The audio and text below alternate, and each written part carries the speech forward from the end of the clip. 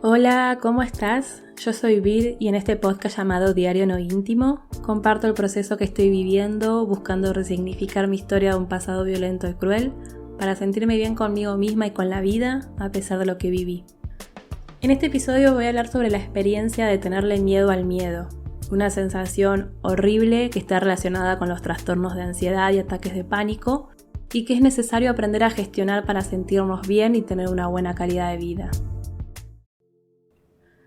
Cuando en diciembre del 2011 me encerré en el baño de la sucursal del banco en el que trabajaba, llorando desconsoladamente y diciendo que me estaba por morir, me diagnosticaron ataque de pánico y en ese momento inicié un tratamiento con una psiquiatra que, me recetó ansiolíticos, antidepresivos, pero en ese tratamiento, me acuerdo que en esos meses, reconocí que, por ejemplo, no era la primera vez que tenía una crisis de ansiedad, una crisis de angustia, sino que en otros momentos de mi vida también los tuve, pero que claro, no le di importancia o las terminaba tapando con alcohol o alguna otra cosa que me haga dormir rápido para dejar de sentir lo que estaba sintiendo. Y a medida que le fui contando a la psiquiatra sobre estas cosas que iba reconociendo de mis recuerdos, claro, ahí entendí que fui desarrollando el miedo al miedo, o sea, el miedo a los síntomas de las crisis de ansiedad y de angustia. Es decir, el miedo a que, no sé, por ejemplo, con las palpitaciones o taquicardia mi corazón falle, o que llorando tanto, hiperventilándome, mis pulmones colapsen y dejen de funcionar. Entonces, por ejemplo, evitaba a toda costa llorar, no quería llorar, porque sabía que cuando empezaba a llorar, atrás venían el resto de los síntomas. Y por eso la obsesión por años de buscar la fórmula para borrar mis recuerdos, mi pasado y para dejar de sufrir. Pasa que, claro, buscaba las fórmulas mágicas que hagan todo eso, pero sin que yo sintiera nada. Hasta fantaseaba con que exista algo como lo de la película de Men in Black, que con ese aparatito te borraban la memoria. Bueno, yo creo que si me vendían eso, seguramente lo hubiera comprado. Y qué triste, ¿no? Querer borrar tus emociones, tus recuerdos, parte de lo que te hizo ser quien sos ahora. Yo estaba completamente desconectada de mis emociones. Entonces vivía en una constante de que apenas sentía ansiedad, empezaba a querer controlar todo lo que pasaba en mi cuerpo e incluso empecé a evitar situaciones que identificaba que me hacían sentir ansiedad o angustia. El problema fue cuando las cosas que me daban ansiedad eran cosas que no podía evitar, como por ejemplo ir al trabajo. Pero entonces sentía un poco de ansiedad, me daba miedo por los síntomas que podían aparecer y que yo no podía controlar, y eso a su vez me provocaba más ansiedad. O sea, un círculo vicioso que es bastante complejo de salir. Todo esto es vivir constantemente pensando que algo malo va a suceder en cualquier momento. Es tener pensamientos obsesivos acerca de lo que podría pasar en el futuro. Pensamientos sobre cosas horribles que pueden pasar. Y esos pensamientos horribles activan la ansiedad. Comienzan a aparecer los síntomas. Te da miedo, te da más ansiedad y así sucesivamente. El tema es que todo este círculo, además de aumentar la ansiedad, también aumenta la angustia, por esto de que te das cuenta que perdés el control. Sentís que no tenés control de tu cuerpo ni de tu vida porque en cualquier momento aparece un pensamiento y ¡pum! Entonces, para evitar esa sensación de miedo, evitas tus emociones y ya sabemos qué pasa cuando evitamos sentir las emociones. La angustia aumenta, te dan ganas de llorar, llorar activa los sentimientos de un ataque de pánico, te aumenta la ansiedad y terminás capaz teniendo un ataque de pánico, pero porque tenías miedo a llorar. Porque el miedo no es malo. El miedo, de hecho, es una emoción primaria de las más importantes para la supervivencia. Si no es la más importante. El miedo nos alerta que algo malo está por pasar. Es una reacción fisiológica y emocional que prepara al cuerpo y a la mente para hacer frente a una situación potencialmente peligrosa. Cuando las personas experimentamos miedo, el cuerpo libera hormonas como el cortisol, la adrenalina, y eso activa la respuesta de lucha o huida. Esto puede incluir un aumento en la frecuencia cardíaca, respiratoria, Podés tener sudoración, tensión muscular, sensación de alerta. Encontramos que esos son los síntomas del ataque de pánico también. Y el problema es cuando el miedo se vuelve excesivo o irracional, porque ahí interfiere en la vida diaria de las personas hasta, poder desarrollar un trastorno de ansiedad. En mi caso, se generó lo que se conoce como ansiedad anticipatoria. La ansiedad anticipatoria es un tipo de ansiedad que se produce por una preocupación excesiva acerca de cosas que pueden pasar en el futuro. Es la creencia de que un evento futuro será peligroso o amenazante, incluso si no hay amenaza real. Y acá juegan un papel importante los pensamientos negativos y catastróficos de lo que puede pasar, porque aumentan aún más tu nivel de ansiedad. Y ni te cuento cuando pensás que solamente te pasan cosas malas o que te van a pasar cosas malas. ¿Y cómo se gestiona el miedo al miedo? ¿Cómo se sale de ese círculo vicioso? En mi experiencia, porque yo hablo siempre de mi experiencia, fue con terapia, y en especial la terapia cognitivo-conductual, la que me ayudó a aprender a gestionar el miedo al miedo y la ansiedad anticipatoria. No es que acá te voy a contar mi experiencia porque es la única forma de tratar este tipo de trastornos, y entonces, si te identificas con esto, escuchándome, seguí mis pasos y ya está. No es así. Algunas de las cosas que voy a decir te van a servir, sí, pero lo que desencadenó que tengas crisis de ansiedad o crisis de angustia seguramente es diferente a los motivos que hicieron que se desencadenen en mí. Por eso es importante recurrir a un profesional de la salud mental para que te acompañe en el proceso de conocer y conocerte para trabajar en eso que desencadenó las crisis de angustia o de ansiedad.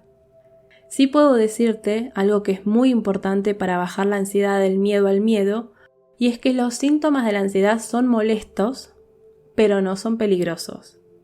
Es decir, los síntomas de palpitaciones, ahogo por respiración acelerada, el dolor de pecho o el del estómago, son síntomas de una crisis de ansiedad, es decir, cuando activamos en nuestro cuerpo la alarma de peligro, entonces el cuerpo genera respuesta de alarma que provoca esta crisis de ansiedad. Es decir, cuando tu cerebro percibe que estás bajo alguna amenaza, ya sea real o imaginaria, automáticamente se activa una parte del sistema nervioso que va a provocar esos cambios en tu cuerpo. Y esos cambios fisiológicos se producen como una forma de preparación para afrontar el peligro que se percibe. Entonces, lo que aprendí en terapia es que cada uno de esos cambios fisiológicos provoca un síntoma que tiene una explicación de por qué nos sentimos como nos sentimos. El problema es la interpretación distorsionada que tenemos del síntoma, que es lo que nos genera más miedo y más ansiedad. Por ejemplo, cuando empiezan las palpitaciones o taquicardia, el pensamiento negativo catastrófico que surge es: me voy a morir, estoy por tener un infarto. Pero la realidad es que, frente a un peligro real o imaginario, el corazón se acelera para enviar mayor cantidad de sangre a las zonas implicadas en la reacción de alarma y así prepararnos para el ataque o la huida. Es decir, envía mayor cantidad de sangre, por ejemplo, a las piernas para que corras, o a los brazos para que pelees, o cuando sentí que te vas a desmayar.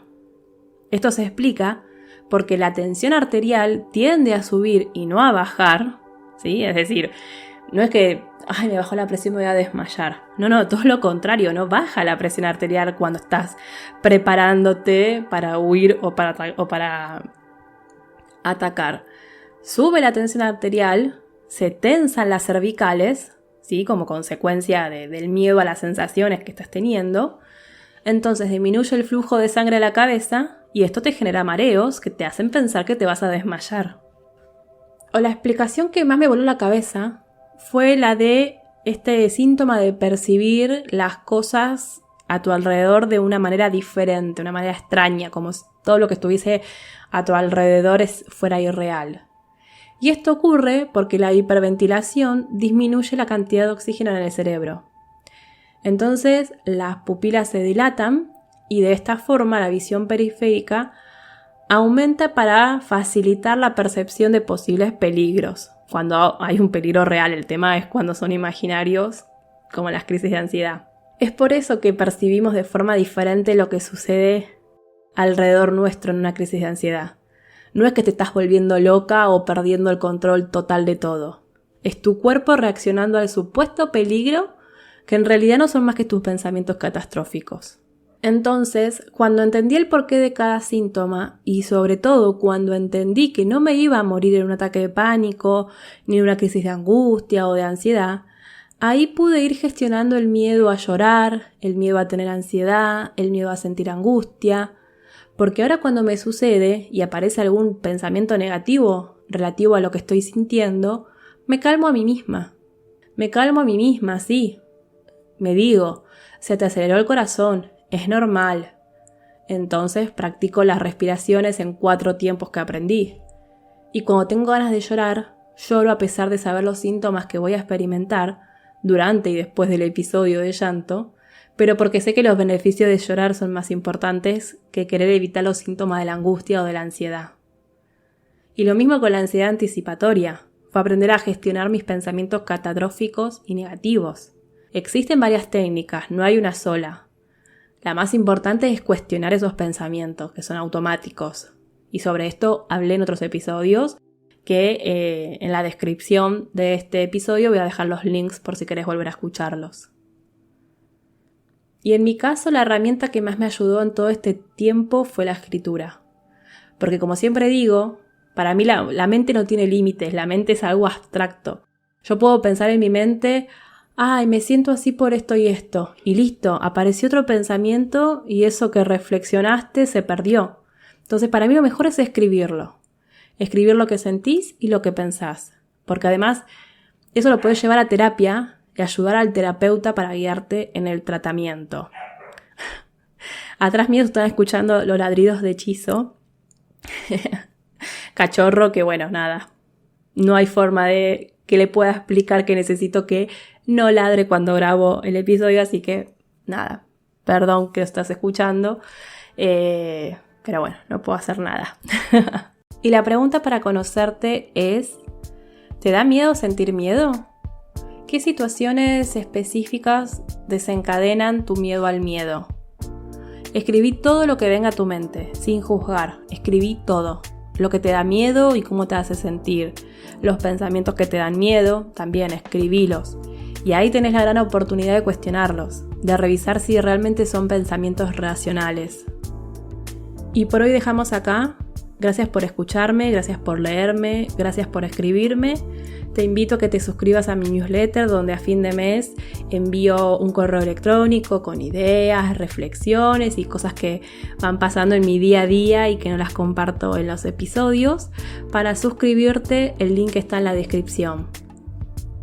También, depende de la app en la que me estás escuchando, podés suscribirte y calificar el podcast y de esta forma ayuda a que le llegue a más personas.